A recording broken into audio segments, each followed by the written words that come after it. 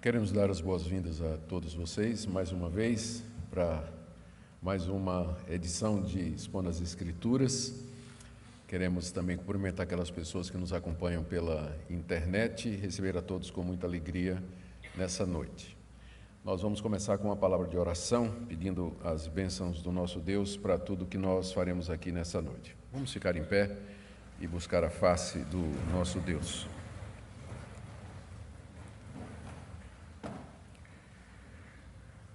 Altíssimo Senhor, estamos diante de Ti, como Teus filhos e filhas, aqui reunidos no nome de Jesus, com o objetivo de estudar a Tua Palavra, termos comunhão uns com os outros, nos alegrarmos em Ti e aprendermos a viver para a Tua glória. Nós pedimos que cada parte desse evento nessa noite seja usado por Ti.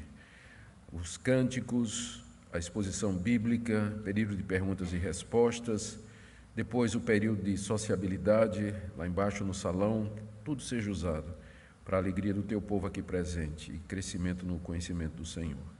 Nós oramos pelo Teu povo, aqui no Recife, de todas as igrejas, todos os Teus filhos e filhas espalhados pelas diversas denominações. Que o Senhor os fortaleça a Tua verdadeira igreja, de que eles possam crescer na graça, no conhecimento de Jesus. Dá-nos pastores que apacentem o rebanho. Pedimos em nome de Jesus. Amém. Vamos cantar, meus irmãos, 2 cânticos espirituais. Pastor Luciano, por favor, nos conduza em adoração ao nosso Deus.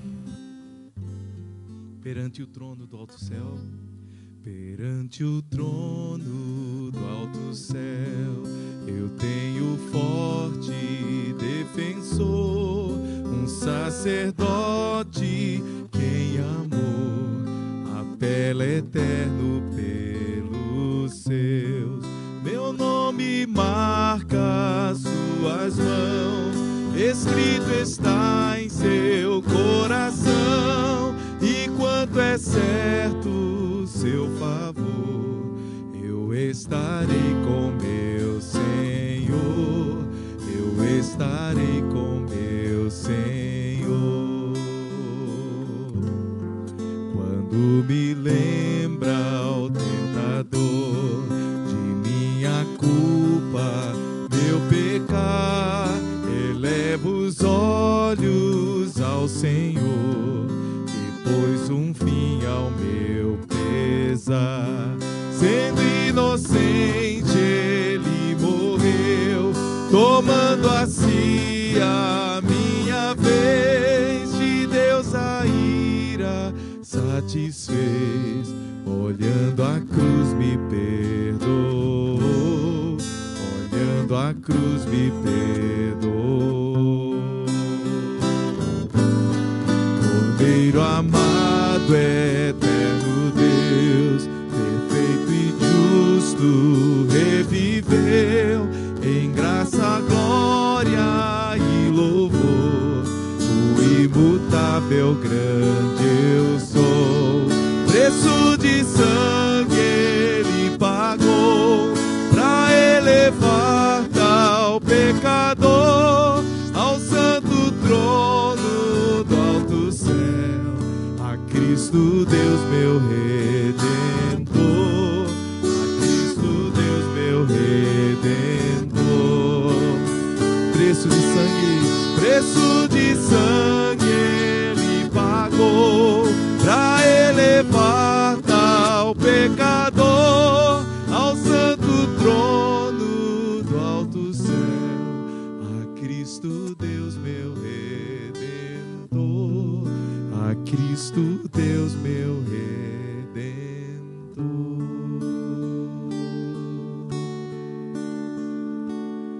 Tudo, ó Cristo, a Ti entrego, tudo sim por Ti darei, resoluto, mas submisso, sempre, sempre seguirei. Tudo entregarei,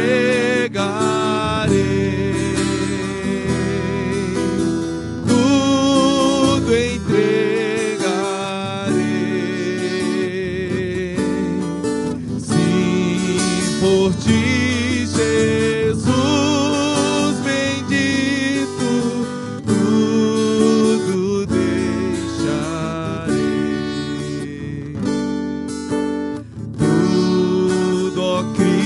Cristo a ti entrego corpo e alma, eis aqui.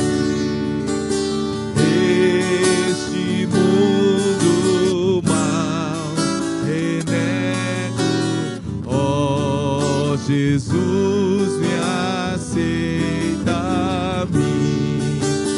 Tudo entregarei,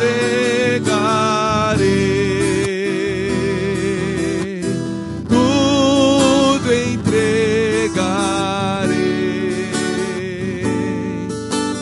Sim, por ti, Jesus bendito, tudo deixarei.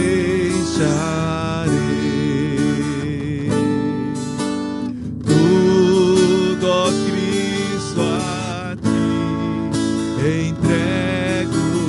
Quero ser somente teu, tão submisso à tua vontade, como os anjos lá no céu. Tudo entregarei,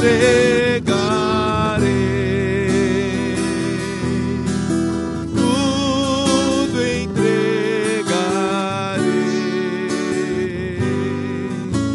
Sim, por ti, Jesus bendito, tudo deixarei.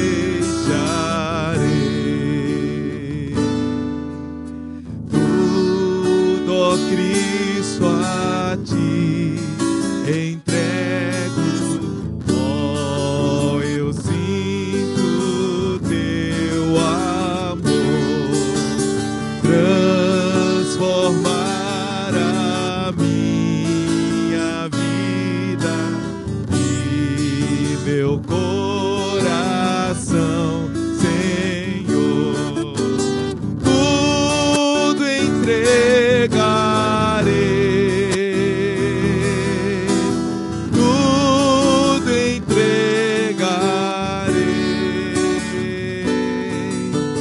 Sim, por ti, Jesus bendito, tudo deixarei. Tudo, ó Cristo, a ti entrego. Oh, que gozo, meu Senhor, paz perfeita, paz completa, glória, glória ao Salvador. Tudo entregarei, tudo entregarei.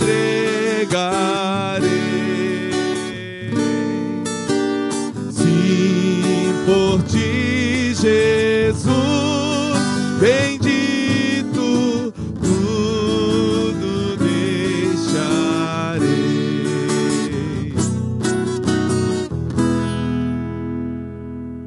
Acho que eu não contei bem as estrofes, né? Não tem mais um aí não, mano? Então tá certo. Podem sentar. Muito obrigado, pastor. Irmãos, antes de continuar, nós queremos mais uma vez agradecer as doações de hoje. Quando nós terminarmos aqui e descermos, vocês terão a oportunidade de, além de um delicioso café, tem quitutes da terra também, tem bolo e um monte de outras coisas. Não me deram os detalhes, mas disseram que houve bastante doações. Muito obrigado às pessoas que têm contribuído para isso. Nós vamos abrir a palavra de Deus na segunda carta de Paulo aos Coríntios, no capítulo 12. E nós vamos ler do verso 7 até o verso 10. Enquanto nós nos preparamos e fazemos a leitura, queria já convidar o reverendo Cláudio, que é o pastor titular da nossa igreja, a vir à frente e orar, pedindo a iluminação do Espírito Santo para a explicação da palavra de Deus. Ouçamos a leitura da 2 Coríntios, capítulo 12, de 7 a 10. E para que não me ensoberbecesse com a grandeza das revelações, foi-me posto um espinho na carne, mensageiro de Satanás, para me esbofetear, a fim de que não me exalte. Por causa disso, 3 vezes pedi ao Senhor que o afastasse de mim. Então ele me disse: a minha graça te basta, porque o poder se aperfeiçoa na fraqueza. De boa vontade, pois, mais me gloriarei nas fraquezas, para que sobre mim repouse o poder de Cristo. Pelo que sinto prazer nas fraquezas, nas injúrias, nas necessidades, nas perseguições, nas angústias por amor de Cristo, porque quando sou fraco, então é que sou forte. Oremos. Senhor, nosso coração é grato pela oportunidade que o Senhor nos concede de estarmos aqui juntos. Nosso propósito, desejo do nosso coração é ouvir a Tua voz pela explanação da Tua palavra. Usa, pois, o Teu servo, Senhor Deus, que o Teu Espírito Santo ilumine a nossa mente e fale ao nosso coração, nos desafiando a viver uma vida para a Tua glória, trazendo consolo, conforto, firmeza e confiança às nossas vidas. Nós te pedimos assim, um coração agradecido, em nome de Jesus, Pai. Amém, Senhor. Amém. Obrigado, pastor. Queridos, nós nos aproximamos assim do final da segunda carta aos Coríntios, e creio que mais umas 3 ou 4 mensagens e nós um mês, e nós teremos então encerrado essa carta maravilhosa que o apóstolo Paulo escreveu à igreja de Corinto. Na mensagem anterior nós vimos uma descrição que Paulo faz, a descrição que Paulo faz de uma experiência de arrebatamento que ele teve até o terceiro céu, local da presença de Deus. Está aí nos 6 primeiros versículos do capítulo 12. E nós vimos que Paulo fez isso com muita relutância, extrema relutância. Ele fez isso porque ele tinha que combater fogo com fogo. Ele entrou no jogo dos falsos mestres que estavam em Corinto e que estavam ganhando ou querendo ganhar ascendência sobre a comunidade que Paulo plantou, contando vantagem. E entre essas vantagens estavam experiências espirituais que eles supostamente tiveram. Então, se é para comparar a experiência espiritual, eu também tenho uma para contar, diz o apóstolo Paulo, entrando no jogo deles para derrotá-los de acordo com suas próprias regras. E aí ele narra essa experiência em que ele foi levado até o terceiro céu, experiência tão profunda que ele não sabe se foi um arrebatamento físico, se foi numa visão, mas o fato é que ele se viu lá no próprio paraíso, na presença de Deus, de quem ouviu coisas que ele não queria revelar, ou que não era lícito revelar aos homens e que ele guardava para si. Nós vimos que ele fala, então, com muita modéstia dessa experiência. Ele, inclusive, fala na terceira pessoa, ele não diz eu subi até o terceiro céu, ele diz eu conheço um homem em Cristo. Essa é a expressão mais simples que ele poderia ter escolhido para designar essa pessoa, um homem em Cristo. Ele está falando dele mesmo, mas ele se refere a si como sendo simplesmente um cristão. E esse cristão foi levado até o terceiro céu. Ele fala sem dar detalhes, não é? Ele omite, inclusive, certas partes, como as palavras que ele ouviu, e o que mais nos chama a atenção é que isso havia acontecido faziam 14 anos e ele nunca tinha dito a ninguém. Ele nunca tinha contado aos coríntios, nunca tinha compartilhado, não foi dar testemunho na frente da igreja, não saiu fazendo campanha em congresso, dizendo da experiência dele de arrebatamento até o terceiro céu. Não, ele guardou aquela experiência consigo mesmo durante 14 anos e só agora, quando pressionado pelas circunstâncias, ele conta aquilo que aconteceu.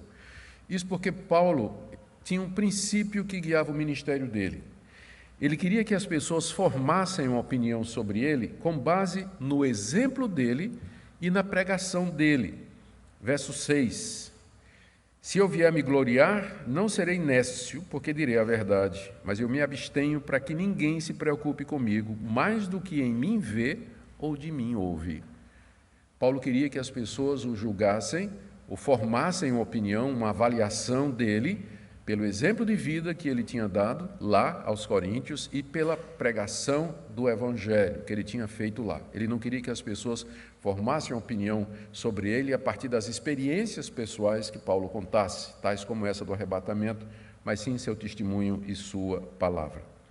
Agora, depois dessa experiência de arrebatamento, Paulo agora retoma a sua prática de se gloriar somente nas fraquezas e nos sofrimentos por conta de Cristo. Ele já tinha falado de um momento de grande fraqueza, quando ele teve que fugir da cidade de Damasco, escondido num cesto. E por fora da muralha ele foi descido pelos discípulos para escapar das mãos do preposto do rei Aretas. Paulo considera aquilo uma experiência extremamente humilhante, mas ele se gloria de coisas assim, porque é nessas coisas que Deus revela o seu poder. E agora ele se gloria de uma experiência ou de uma fraqueza que ele chama de espinho na carne. É interessante, porque na última mensagem ele subiu até o terceiro céu e agora ele desce ao mais profundo da dor e do sofrimento. Um comentarista que eu li, até citei isso na última vez, diz que Paulo pregou um espinho, depois que Paulo desceu do terceiro céu, Deus prendeu ele na terra com espinho, não é? Como se fosse um cravo, para que ele ficasse ali onde era o seu devido lugar. Paulo narra, então, agora, nesse texto que nós lemos, o efeito dessa revelação, o efeito dessa experiência que ele teve de subir até o terceiro céu. E eu quero tirar aqui, ver os 5 pontos, tem 5 pontos aqui nessa narrativa, que creio nos ajudam a entender o que o apóstolo Paulo está dizendo. Depois de ver esses pontos, nós vamos tirar algumas conclusões. A primeira coisa que Paulo fala aqui é a respeito do efeito das revelações. As revelações e o seu efeito. Verso 7. Para que não me ensoberbecesse com a grandeza das revelações. Aquela experiência de arrebatamento e aquilo que Paulo viu e ouviu lá no paraíso e no terceiro céu foram coisas grandiosas. Veja como ele descreve, para que eu não me ensoberbecesse com a grandeza das revelações. Paulo teve muitas revelações, mas essa foi grande, essa foi grandiosa. Foi de uma natureza tal que Paulo corria o risco de se ensoberbecer com elas, porque está tratando aqui talvez até de um arrebatamento físico, que só pessoas como Enoque e Elias experimentaram no Antigo Testamento, de subir aos céus em pessoa. Talvez Paulo tenha acontecido isso com Paulo. E lá ele diz que ouviu coisas inefáveis, coisas maravilhosas, que não é lícito, não é permitido revelar a ninguém. Então, de fato, foi uma revelação da maior grandeza, essa que o apóstolo Paulo teve, uma experiência extraordinária. Imagine você ser levado fisicamente à presença de Deus, sentar com o Senhor Jesus Cristo no seu estado de glória, de imortalidade, no corpo da ressurreição, e conversar, falar sobre a glória eterna, sobre a vida eterna, o que vai acontecer ainda, todas as coisas, e o Senhor Jesus te manda de volta para a terra, não é? Então, imagina essa situação, exatamente isso que o apóstolo Paulo passou. Essa experiência, contudo, ela poderia ter um efeito ruim no apóstolo Paulo. Eu creio que Deus concedeu essa experiência ao apóstolo Paulo com o objetivo de encorajá-lo, fortalecê-lo, animá-lo, diante da tremenda tarefa que o apóstolo Paulo tinha pela frente. Se isso aqui aconteceu 14 anos antes, como ele diz, dele ter escrito essa carta aqui, então ele não tinha nem feito a primeira viagem missionária ainda. Ele estava na região de Damasco, provavelmente, ou já em Antioquia, com Barnabé. Antes da primeira viagem missionária, ele teve essa experiência. Então, eu só posso entender que isso foi Deus preparando o apóstolo Paulo para aquilo que ele enfrentaria nas viagens missionárias, diante da missão que Deus deu para ele. Quando Paulo é alcançado por Cristo no caminho de Damasco, e ele entra na cidade cego, Deus manda então que um cristão chamado Ananias vá orar pelo apóstolo Paulo. Quando Ananias ouve Cristo dizendo, vai orar por Saulo de Tarso, ele diz assim, mas esse não era um homem que perseguia as igrejas, não era esse homem que matava os cristãos, não matava, mas que assediava, prendia os cristãos? E o Senhor Jesus disse a Ananias, vai, porque ele é para mim um vaso escolhido, porque eu vou lhe mostrar, eu vou aqui citar literalmente, pois eu lhe mostrarei quanto lhe importa sofrer pelo meu nome. Atos capítulo 9, verso 16.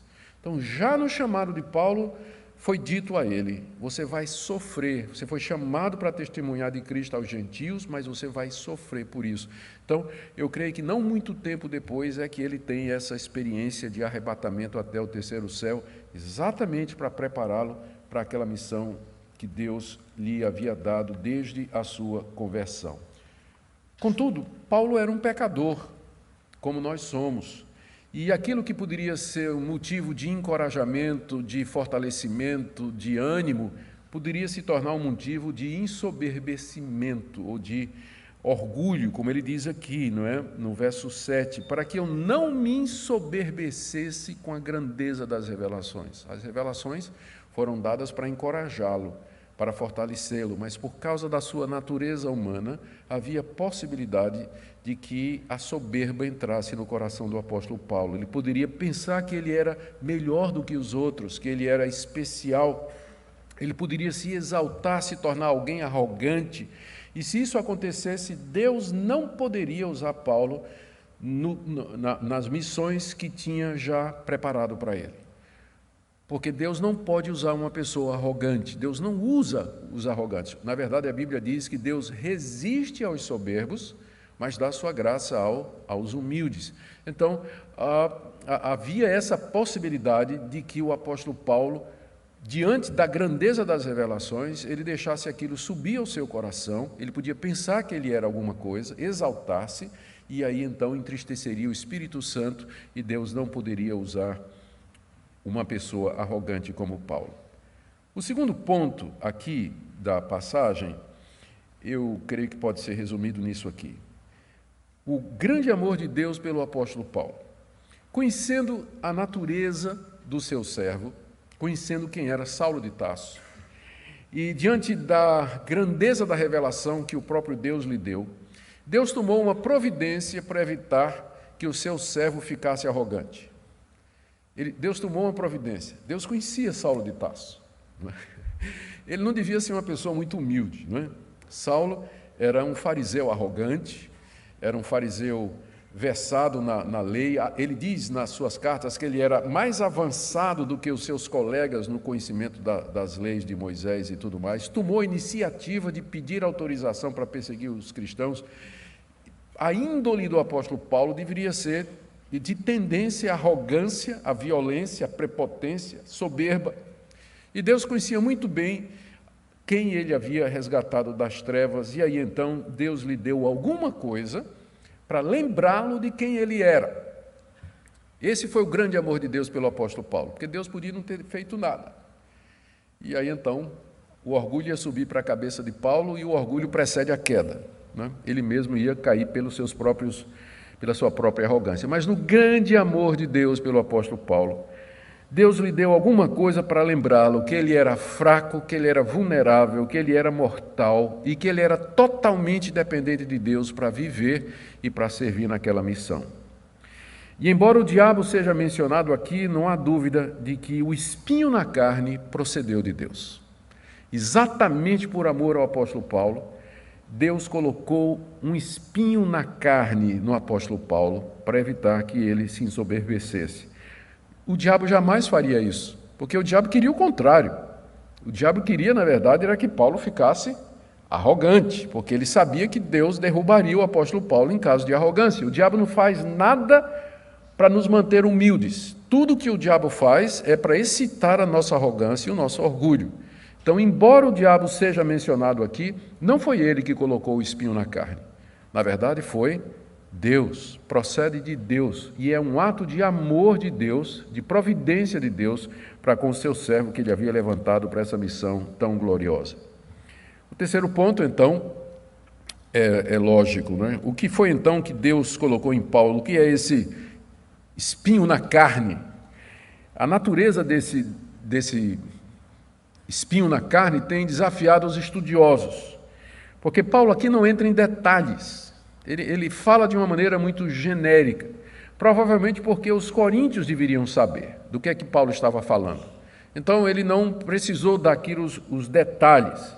O que quer que fosse, entretanto, era alguma coisa extremamente eficaz para mantê-lo humilde. Deus sabia exatamente o que dar ao apóstolo Paulo para mantê-lo humilde e, portanto, usável, útil no ministério. Os estudiosos têm tentado descobrir, não é, o que era o espinho na carne. Claro que sempre tem os piadistas, né, que diziam, era a sogra de Paulo, outros diziam que eram os presbíteros da igreja dele, não é? deixando de lado essas zoeiras, não é? Vamos para as possibilidades sérias. O que poderia ser isso que Deus colocou na vida do apóstolo Paulo para que ele não se envaidecesse diante da grandeza daquele arrebatamento e de outras experiências que ele certamente teria ao longo da sua vida?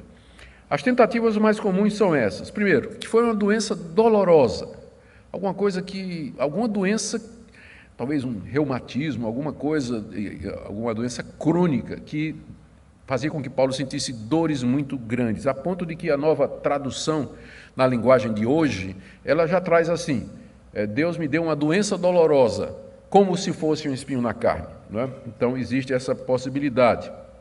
Alguns vão até um pouco mais além e dizem que, na verdade, essa doença era um problema nos olhos que Paulo contraiu quando ele pegou malária ao visitar a região da Galácia. A região da Galácia é uma região pantanosa e onde tem muitos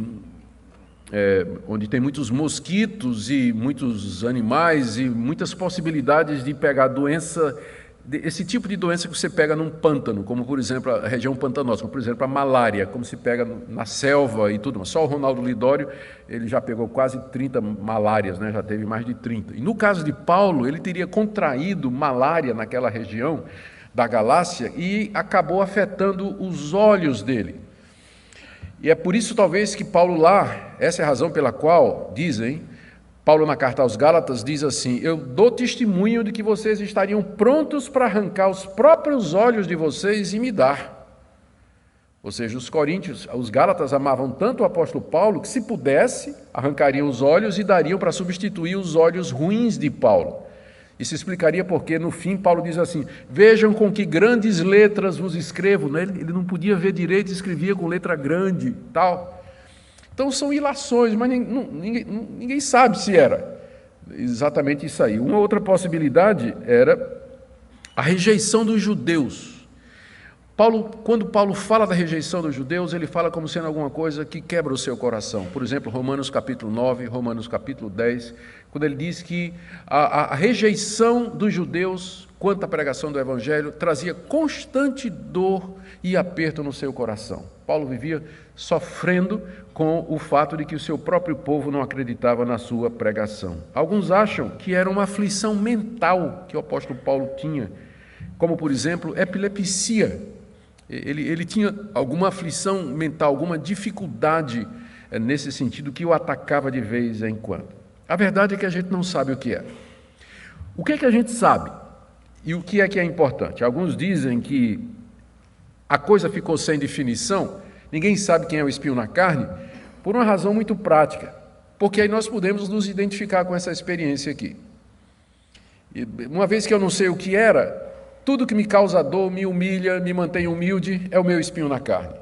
Então pode ser uma doença que eu tenho, eu posso pensar no espinho como sendo um problema com o filho que eu tenho, como sendo dificuldades financeiras ou qualquer outra coisa que tenha o mesmo efeito que teve no apóstolo Paulo. Então talvez seja por isso que Deus não permitiu que Paulo detalhasse o que era, porque agora, lendo essa passagem, qualquer um de nós pode se ver aqui. A gente pode ver e perguntar: qual será o espinho que Deus colocou na minha vida para me manter humilde? Nós não sabemos o que era. O que nós sabemos é o seguinte. Primeiro que Paulo começou a sofrer com ele fazia 14 anos, antes das viagens missionárias, e que carregou esse sofrimento por durante as 3 viagens, isso aqui eu já mencionei. Então fazia 14 anos que ele vinha sofrendo com esse espinho na carne. Segunda coisa que a gente sabe aqui é que era algo extremamente doloroso. A palavra que é usada aqui, espinho, para que não me ensoberbecesse com a grandeza das revelações, foi-me posto um espinho na carne. É uma palavra grega, skolops, que muitas vezes é usado para significar estaca. Não é um espinho daquele da roseira, mas uma estaca, e estaca que era usada no empalamento de prisioneiros condenados à morte. Era uma forma cruel de se matar pessoas naquela época. O Império Romano era especialista em matar gente com sofrimento, e uma das maneiras era a cruz, e outra era empalar, que era introduzir no corpo do condenado estacas de madeira, até que ele morresse empalado. Então, a palavra que se usa para estaca, skolops, é a mesma palavra que é usada aqui, e que, por causa da influência das traduções em inglês, foi traduzido como espinho, embora estaca faz mais sentido, né, do que um espinho. Porque um espinho, você vai tirar uma rosa, um espinho, ou então uma felpa de madeira que entra aqui na unha, não é um negócio tão ruim assim, não é? Mas uma estaca, você ser empalado por uma estaca, faz mais sentido. Talvez fosse a melhor tradução aqui, a estaca na carne, a estaca na carne. Então, isso nós sabemos, que era alguma coisa extremamente dolorosa, alguma coisa que quebrava o apóstolo Paulo com a sua dor. Segundo, que nós sabemos, terceira coisa que nós sabemos, é que era causado pela ação satânica. Paulo aqui diz que esse espinho na carne era um mensageiro de Satanás. Se fosse uma doença física, a gente poderia entender, porque o diabo fez coisa semelhante com Jó. O diabo feriu Jó da cabeça aos pés com úlceras, a ponto de Jó ter que se rapar, né, rapar a coceira da úlcera e as feridas, as cascas da úlcera com um caco de telha, né, alguma coisa nesse sentido. Então, o diabo é capaz de infligir sofrimentos físicos. Jesus uma vez libertou uma mulher que estava presa de Satanás por 12 anos e que ela andava curvada por conta da presença daquele espírito na vida dela. Então, se esse sofrimento era físico, nós podemos entender que Deus permitiu que Satanás afligisse o apóstolo Paulo com algum tipo de enfermidade à la Jó, por exemplo. Ou se fosse algo mental, poderia ser opressão, tentação, como, por exemplo, o diabo fez com Jesus. O diabo tentou oprimir Jesus 3 vezes em cima de Jesus. Se você fizer isso, eu te dou isso. Se você fizer isso, eu te dou isso.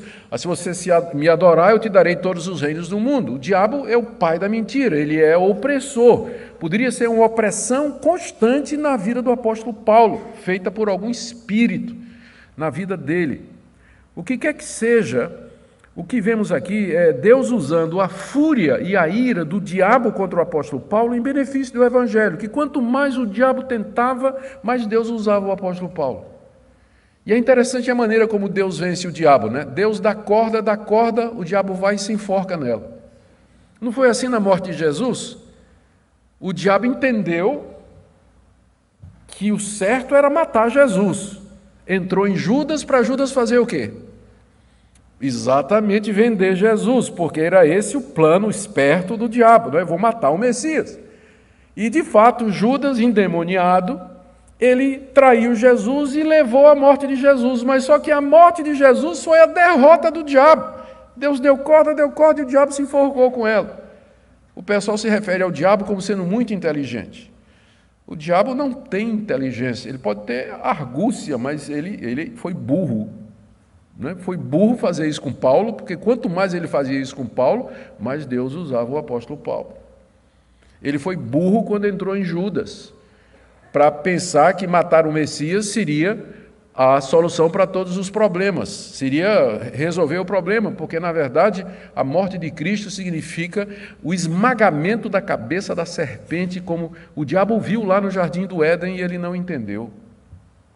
Então, aqui o mensageiro, Satanás tinha um mensageiro, não é? A gente não sabe físico, se era espiritual, mas Deus usava isso para a sua própria glória, para os seus propósitos. Como dizia Lutero, o diabo é o diabo de Deus. O diabo, ele não é soberano, autônomo e livre. Ele vai onde Deus manda ele ir e só vai até onde Deus manda ele ir. É um pitbull preso numa coleira e comandado por Deus.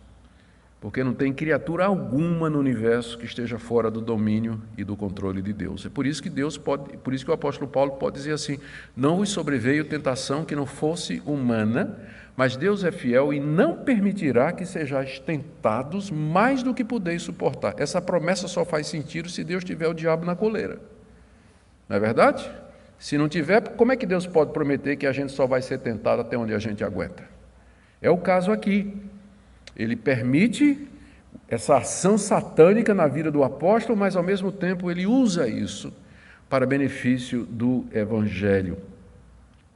Porque o propósito final, o resultado final, o objetivo de toda essa dor, Paulo diz aí no final do verso 7, a fim de que não me exalte, para que eu não me exalte. Como nós já dissemos, o diabo não faz nada para humilhar, manter alguém humilde, mas para que a pessoa se exalte. Então nós sabemos que isso era uma ação satânica, e nós sabemos também que era alguma coisa humilhante e constante. Paulo diz aqui que esse mensageiro de Satanás o esbofeteava. A palavra que é usada para esbofetear aqui se refere àquele bofete que é dado com as costas da mão, e que era uma forma de desprezo no antigo Oriente. Se você desprezava alguém, se você honrava o cabra, você dava uma de direita na cara dele, né?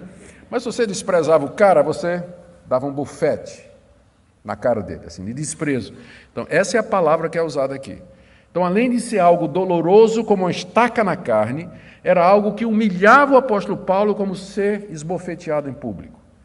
E o verbo grego está no presente aqui, indicando que era alguma coisa que acontecia constantemente, poderia ser traduzido para me esbofetear constantemente. Então era algo que Paulo sentia diariamente, não era alguma coisa que vinha a cada 3 meses, não, mas era algo que estava presente na sua vida, algo que o humilhava, algo que o fazia sofrer, algo que o lembrava a sua situação de dependência e de fraqueza diante de Deus. O alvo de Deus era para que Paulo não se exaltasse diante da grandeza daquele arrebatamento até o 3º céu e também outras experiências que ele haveria de ter. Meu quarto ponto é esse aqui. Levou tempo para Paulo entender isso. Ele não entendeu isso no começo, não. Versos de 8 a 9. Qual foi a reação inicial de Paulo no verso 10? Verso 8. Por causa disso, ou seja, por causa da dor, por causa da humilhação, por causa do sofrimento, por causa disso, 3 vezes pedi ao Senhor que eu afastasse de mim. A coisa era tão intensa, incomodava tanto o apóstolo Paulo, que a reação natural dele foi pedir que Deus tirasse aquela dor humilhante da sua vida. Que eu creio que é a reação que qualquer um de nós teria, não é verdade? O que é que a gente faz quando a estaca chega? Qual é a primeira oração da gente? Senhor, afasta de mim isso. Eu não quero sentir dor, eu não quero ser humilhado. Eu não quero passar por decepção, eu não quero ser quebrado, eu não quero... É nossa reação natural fazer isso, e Paulo reagiu normalmente dizendo: Senhor, afasta isso de mim, tira isso de mim. Ele orou a primeira vez.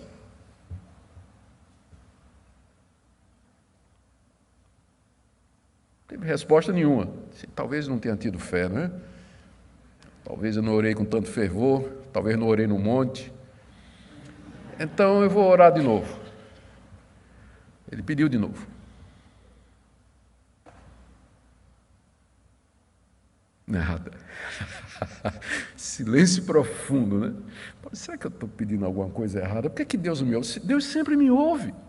Eu nunca precisei pedir uma coisa 3 vezes. Então não era falta de fé. Aí ele pede a 3ª vez. E na 3ª vez Deus responde. A resposta de Deus está aí no verso 9. Talvez Paulo destacou aqui que ele pediu 3 vezes para lembrar que o Senhor Jesus tinha feito a mesma coisa no Getsemane. 3 vezes Jesus pediu ao Pai: afasta de mim esse cálice, afasta de mim esse cálice, afasta de mim esse cálice. E a resposta de Deus foi não, não e não. Então talvez Paulo aqui esteja refletindo aquilo que aconteceu com o Senhor Jesus.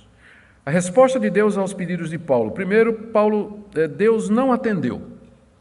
O que mostra que você pode ser crente como o apóstolo Paulo e ter resposta negativa para a sua oração. O que mostra que uma resposta negativa de Deus nem sempre significa falta de fé, falta de insistência ou falta de fervor.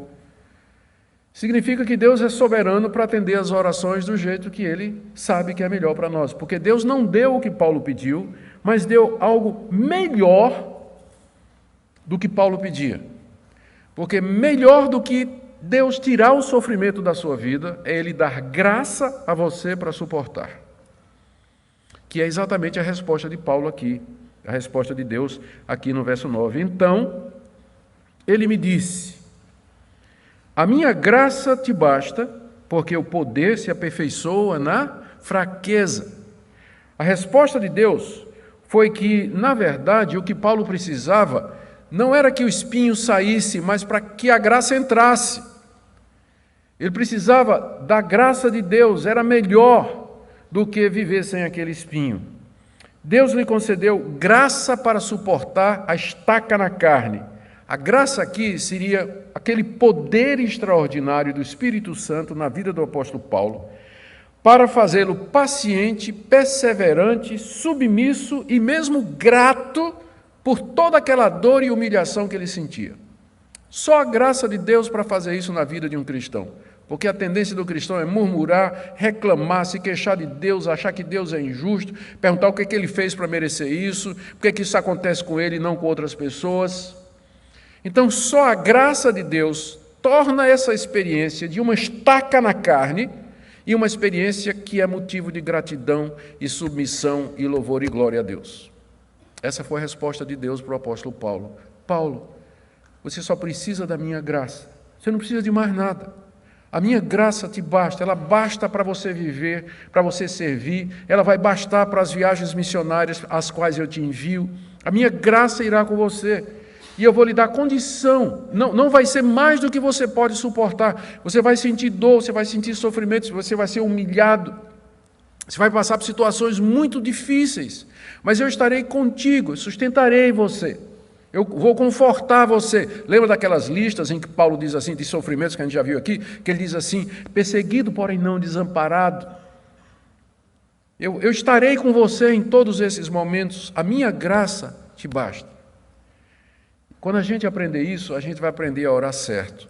Porque com frequência a gente pede para Deus tirar, para Deus livrar, para Deus impedir.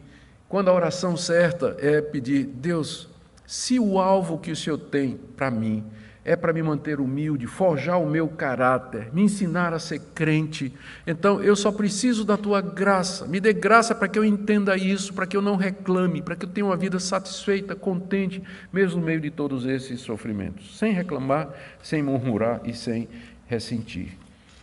Essa foi a explicação que Deus deu ao apóstolo Paulo. Ele disse assim, aqui no verso 9, o poder se aperfeiçoa na fraqueza. Embora não tenha meu no original grego, a tradução aqui está fidelíssima, mas o sentido é esse, porque o meu poder se aperfeiçoa na fraqueza. Ou seja, o poder de Deus é mais forte quando nós estamos fracos.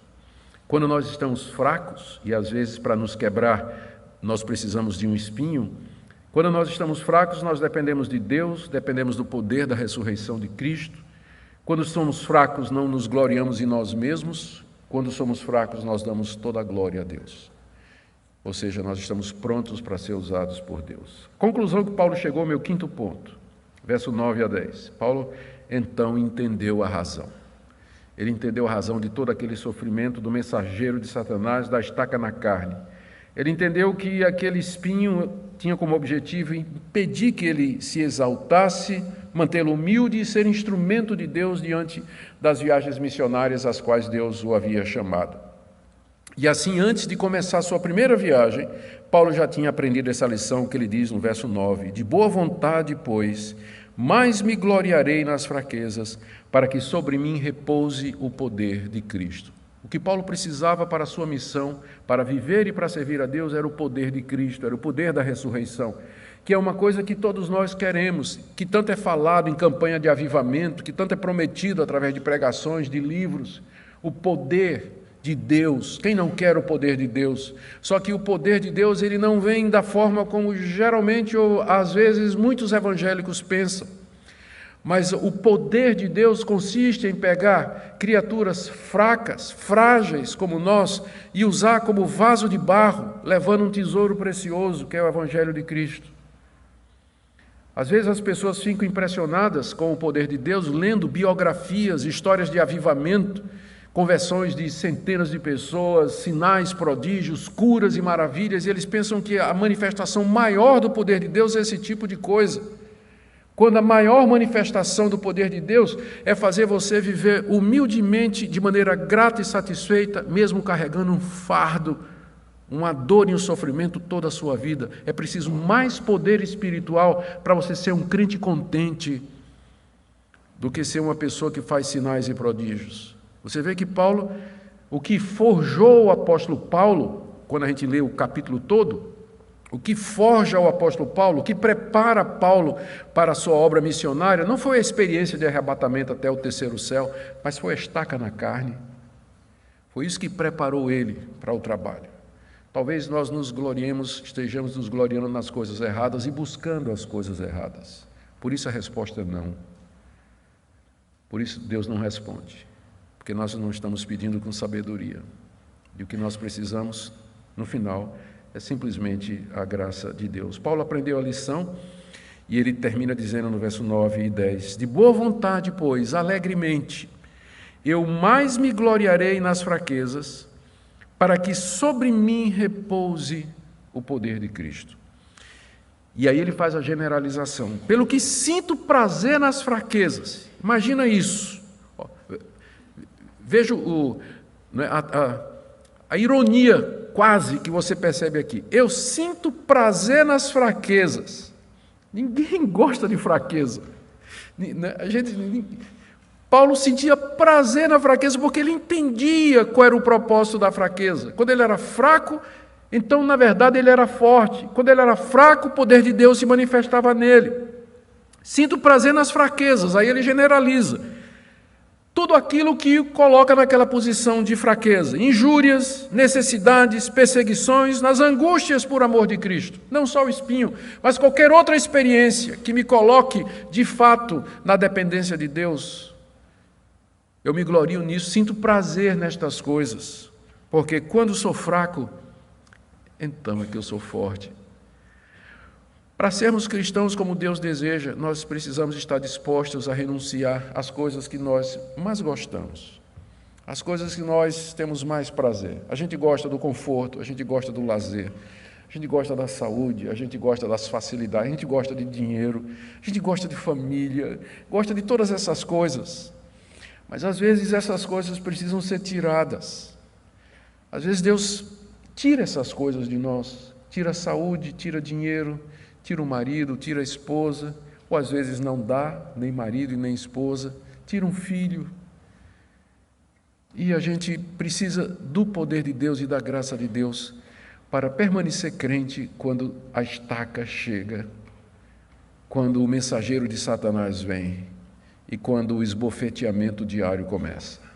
É aqui que se manifesta o poder de Deus. Cristãos submissos, obedientes, perseverantes, resilientes, mesmo em face a todo sofrimento. Eu quero tirar algumas conclusões para nós. Primeiro, o caminho do poder espiritual não é outro senão através da cruz. Se fala muito em poder espiritual, mas poucos querem seguir o caminho que esse poder exige. O poder de Deus é a manifestação da vida de Cristo em nós. Só que a manifestação do Cristo crucificado e ressurreto. Nós precisamos morrer para que Ele viva, para que a vida dele se manifeste em nós. É uma das mensagens que nós vimos aqui algumas segundas-feiras atrás, Paulo falando a respeito disso. Esse é o verdadeiro poder. Nós valorizamos pessoas, às vezes destacamos aqueles grandes pregadores por conta dos seus feitos e graças a Deus por isso.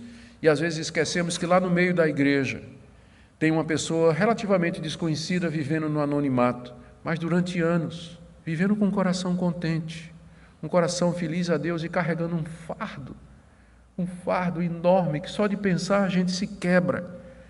Uma doença num filho, cuidando de uma mãe doente, como arrimo de família. E durante anos isso.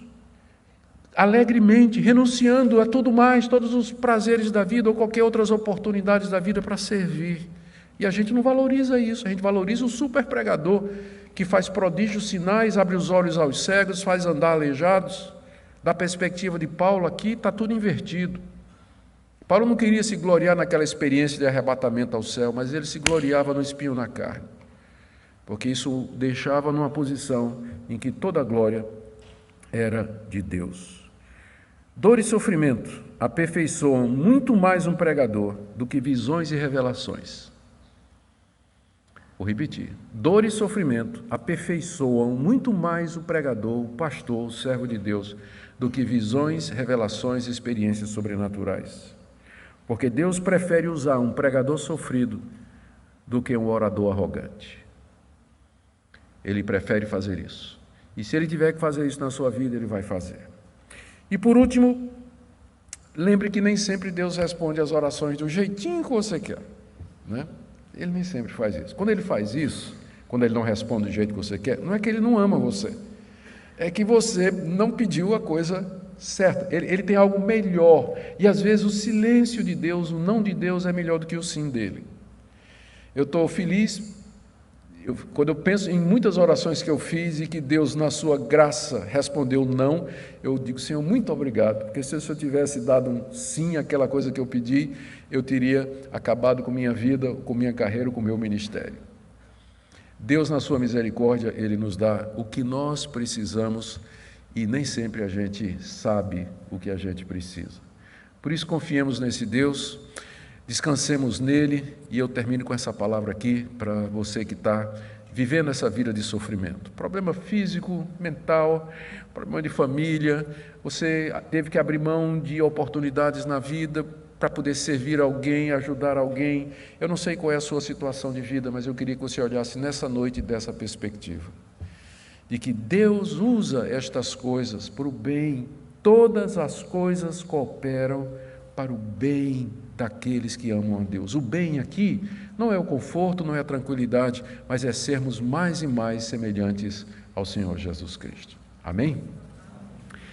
Queria, pastor Joselito, por gentileza, venha à frente e ore por nós para que Deus... Vamos ficar em pé, gente, enquanto o pastor chega à frente. Pastor Joselito é da nossa equipe pastoral também. Pede que ele ore pelos que estão sofrendo, pastor, pelos líderes, para que Deus os abençoe nessa noite. Santo Deus, nós te louvamos pela tua palavra, pela exposição que o teu servo trouxe ao nosso coração nesta hora. Te agradecemos, Senhor, porque diante da tua palavra nos apequenamos, o nosso coração fica profundamente tomado pela presença do teu Espírito e na nossa fraqueza, Senhor, suplicamos mais da tua graça. Pedimos a Deus que tenhas compaixão de nós, nas lutas, nos enfrentamentos diários, nas situações diante das quais nós não compreendemos direito o porquê das coisas. Nós queremos, ó Deus, nos submeter inteiramente ao teu comando, ao teu controle, e queremos que a nossa vida, Senhor, de fato e de verdade, sirva aos propósitos da tua glória. Usa-nos, ó Deus, em prol do teu reino, em prol da salvação de vidas. Usa as nossas experiências também, que elas não sejam interpretadas, ó Deus, por nós como fatos apenas do cotidiano, acasos, mas que nós interpretemos as circunstâncias da nossa vida como atos da tua providência. E que vivamos assim, ó Deus, como um altar erigido para a glória do teu nome. Que Cristo seja reconhecido em nós. Que Ele cresça, Senhor, e que nós diminuamos cada vez mais. Queremos, de verdade, que a tua graça seja derramada sobre o teu povo nesta noite. E que ao sairmos daqui, não nos esqueçamos, ó Deus, que tu falaste ao nosso coração. Transforma então a nossa vida à luz da tua palavra. em nome de Jesus, para a glória dele. Amém. Amém. Vocês